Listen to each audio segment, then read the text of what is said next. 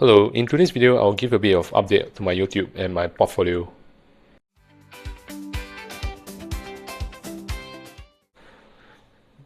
Here's a quick update to my YouTube performance. The last videos haven't been doing very well, but then I got reminded of the song.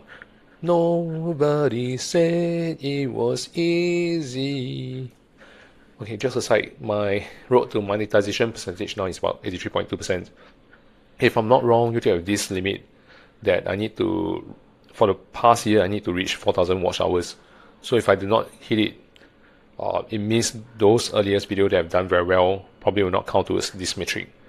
So I probably just have to grind a little bit more. Oh, a piece of good news is that a prominent website also approached me for affiliate marketing partnership, but which I've turned down because I don't really use that website. Who knows, maybe next time if it's a product that I really use and would like to recommend to my viewers, maybe I'll change my mind about this affiliate marketing thingy, but at least not for now. So as of January 2026, my portfolio is about 3.2 mil. That excludes a home equity of about 245k, which I think is not very significant in my situation. I have sold off Adobe after holding it about a week or so, but I'm still contemplating whether to get in or not. And I doubled down on BBW. I also have a small position in BLBD, Bluebirds, that's on the suggestion and highlight of my friend SG that Invest. Hello guys, welcome to my earnings call. So from December last year to January this year, my portfolio grew from 2.9 mil to 3.2 mil. Still lower than all-time high, but represents an increase of 11% month-on-month. Overall portfolio value rose sharply, probably reflecting both market tailwinds and effective capital deployment. Highlights will be BBW, Alibaba, Marubeni, Mitsui, Sumitomo Corp. Lowlights will be CATL. Dividends, dividend income softened slightly. It's still about 2k, probably reflecting the timing effects and lower distribution from the selective holdings.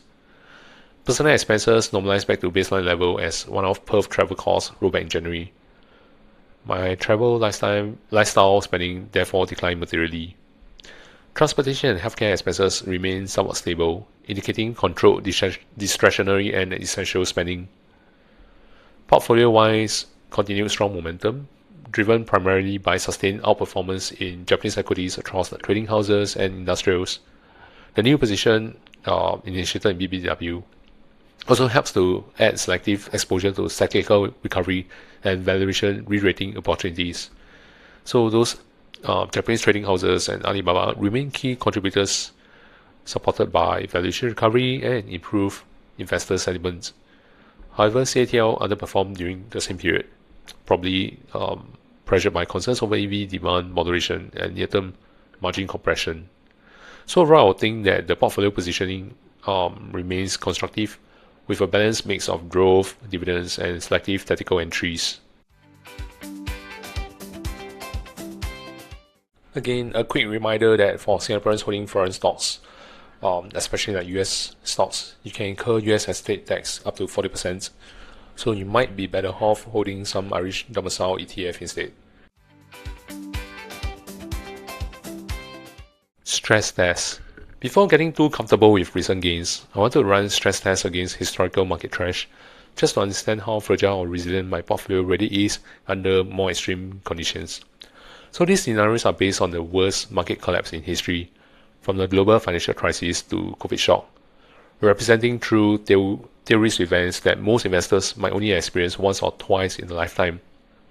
In a very severe stress scenario with a 40% to 60% drawdown, a portfolio of about $3 million could temporarily fall to roughly 1.2 to 1.8 million, assuming no leverage and no forced selling. So a key question to any crash is not performance, but the survival of the portfolio itself. With a stress portfolio of 1.2 mil and annual expense at 33 or 34k, 0% real return, my portfolio can last about 36 years, which I think is pretty conservative. In this case, I'm ignoring long-term care costs, which I know is going to be a big sum, but I have no idea when it will set in. So I expect the impact to the portfolio will be large and the 36 years will be shorter than before. But I think this is a quick and easy way to get an idea of how safe my portfolio really is. With sufficient liquidity, no leverage, and baseline expenses covered, my portfolio seems to be designed to avoid forced selling at the worst possible time. Historically, recovery time can vary widely, from a few months during COVID to decades after the dot-com crash. But in every major crisis, diversified long-term investors who stay investors were ultimately rewarded.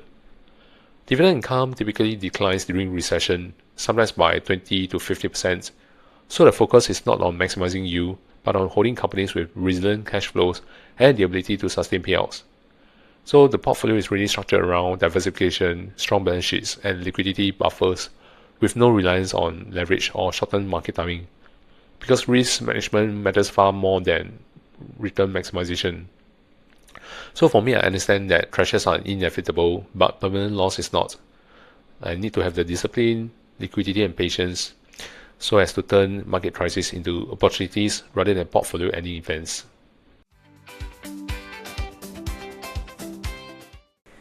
For the next video, probably I will talk about how I intend to teach my child about financial planning and how to look into how she views money.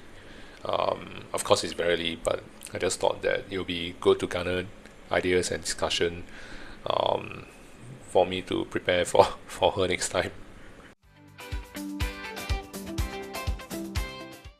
So here's a little shout out for my Telegram community. So thankfully, my videos serve as a conduit for like-minded people to join my community itself.